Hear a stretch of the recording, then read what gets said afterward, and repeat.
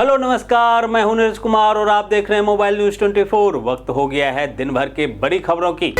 बांग्लादेश में छात्र आंदोलन की अगुवाई कर रहे स्टूडेंट लीडर नाहिद इस्लाम ने मोहम्मद यूनिस की अंतरिम सरकार से इस्तीफा दे दिया है। नाहिद इस्लाम यूनिस कैबिनेट में सूचना सलाहकार के पद पर तैनात थे।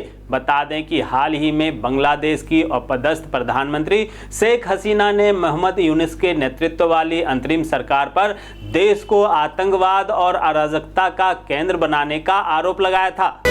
प्रधानमंत्री नरेंद्र मोदी 2 दिवसीय दौरे पर असम में हैं। यहां उन्होंने आज असम की राजधानी गुवाहाटी में एडवांटेज असम 2.0 समिट का उद्घाटन किया। उन्होंने समिट में कहा, आज पूर्वी भारत और नॉर्थ ईस्ट की धरती एक नए भविष्य की शुरुआत करने जा रही है। एडवांटेज असम राज्य के सामर्थ्य और प्रगति से पूरी दुनिया को जोड़ने का एक बहुत बड़ा अभियान है। इतिहास गवाह है कि पहले भी पूर्वी भारत देश की समृद्धि में बहुत बड़ी भूमिका निभाता था।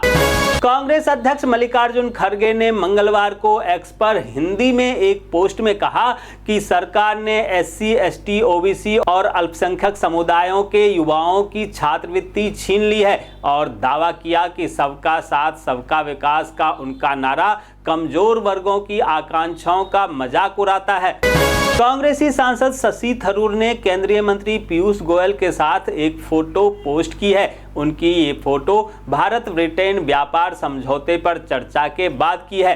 पोस्ट में शशि थरूर पीयूष गोयल के साथ मुस्कुराते दिख रहे हैं। उनकी इस पोस्ट के बाद सियासी गलियारे में अटकलें लगाई जा रही है कि क्या शशि थरूर कांग्रेस पार्टी छोड़कर बीजेपी में शामिल हो सकते हैं।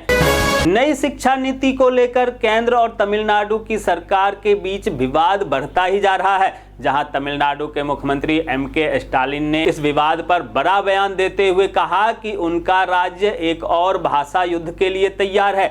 MK स्टालिन ने कहा, राष्ट्रीय शिक्षा नीति के माध्यम से कथित हिंदी थोपने को केंद्र सरकार के साथ तनाव बढ़ रहा है। राज्य में नई शिक्षा नीति लागू नहीं होने देंगे। भारत के ट्रांसपोर्ट सिस्टम में एक बड़ी क्रांति आने वाली है, क्योंकि देश की पहली हाइपर लूप टेस्ट ट्रैक बनकर तैयार हो गया है। इससे लोग आने वाले समय में हाइपर लूप ट्रेन की सुविधा ले सकेंगे। अगर ट्रायल रन सफल रहा तो इसके साथ ही यह ट्रेन 1100 किलोमीटर प्रति घंटे की टॉप स्पीड से चलेगी, जो बुलेट ट्रेन की स्पीड से काफी ज्यादा है। इस ट्रेन को IIT मद्रास ने तैयार किया है। केंद्रीय विधि मंत्रालय ने एक राष्ट्र एक चुनाव विधेयक की तारीफ की। मंत्रालय ने एक राष्ट्र एक चुनाव पर विचार कर रही संसद की संयुक्त समिति से कहा कि लोकसभा और राज्य विधानसभाओं के चुनाव एक साथ कराना अलोकतांत्रिक नहीं है। भारतीय वायुसेना ने आत्मनिर्भरता की दिशा में एक बड़ी उपलब्धि हासिल की है, जहां चंडीगढ़ स्थित 3 बेस रिपेयर डिपो में अब MI-17-5 हेलीकॉप्टर के VK 2503 इंजन का उत्पादन शुरू कर दिया गया है। यह वायुसेना के स्वदेशी उत्पादन को बढ़ावा देने की दिशा में महत्वपूर्ण कदम है। दोस्तों, आगे बढ़ने से पहले आपसे रिक्वेस्ट है कि अगर आपने अभी तक इस न्यूज़ को लाइक और कमेंट नहीं किया है तो प्लीज़ लाइक और कमेंट कर दीजिए, क्योंकि आपके लाइक और कमेंट का मैं कब से इंतजार कर रहा हूं। और जैसा कि आपको पता है, कमेंट करने वाले लोगों के नाम मॉर्निंग न्यूज़ के लास्ट में बताते हैं, इसलिए न्यूज़ को लास्ट तक जरूर देखिए। कुंभ मेला 2025 न केवल आस्था का महाकुंभ है, बल्कि अर्थव्यवस्था का भी संगम है। बता दें कि इस बार महाकुंभ में 3.25 लाख करोड़ से अधिक के कारोबार हुआ है। यह भारत के सबसे बड़े आर्थिक योजनाओं में से एक है। वहीं आयोजन में 65 से 66 करोड़ श्रद्धालुओं के आने की उम्मीद है। बिहार सरकार प्रसंस्कृत किस्म की खेती को बढ़ावा देने के लिए 5 लाख किसानों को अनुदान देगी। यह अनुदान वेज फेड के माध्यम से दिया जाएगा। इस योजना का उद्देश्य किसानों को उनके उत्पाद का लाभकारी मूल्य दिलाना और ग्राहकों को गुणवत्तापूर्ण सब्जियां उचित मूल्य पर उपलब्ध कराना है। 1984 सिख विरोधी दंगों में 2 सिख नागरिकों की हत्या के मामले में कांग्रेसी नेता सज्जन कुमार को आजीवन कारावास की सजा सुनाई गई है, जहां दिल्ली की रॉज एवेन्यू कोर्ट ने यह फैसला सुनाया। पंजाब सरकार ने बठिंडा स्थित गुरु गोबिंद सिंह रिफाइनरी द्वारा पिछले 5 वर्षों में दिए गए CSR फंड का ऑडिट करवाने का आदेश दिया है। यह आश्वासन उद्योग मंत्री तलवंडी साबो की विधायक प्रोफेसर बलजिंदर कौर को दिया गया है। हरियाणा के करनाल के अंतर्गत नीलोखरी में एक पैसेंजर ट्रेन की बॉगी पटरी से उतर गई, जिसके बाद यात्रियों के बीच अफरा तफरी मच गई। हालांकि इस घटना में किसी भी यात्री के हताहत होने की सूचना नहीं है। झारखंड के सभी राज्य कर्मियों के लिए जरूरी खबर सामने आई है, जिसमें स्वास्थ्य बीमा योजना को लेकर नया अपडेट सामने आया है। आदेश के अनुसार राज्य कर्मियों को प्रति माह मिल रहे 1000 रुपए के चिकित्सा भत्ता में से 500 रुपए प्रति माह की कटौती की जाएगी, ताकि 6000 रुपए का वार्षिक प्रीमियम जमा हो सके। छत्तीसगढ़ हाईकोर्ट ने हाथियों की करंट से मौत के मामले में सरकार से शपथ पत्र दाखिल करने को कहा है। गौरतलब है कि रायगढ़ जिले में करंट की चपेट में आने से 3 हाथियों की मौत हो गई थी, जिस पर हाईकोर्ट ने स्वतः संज्ञान लिया।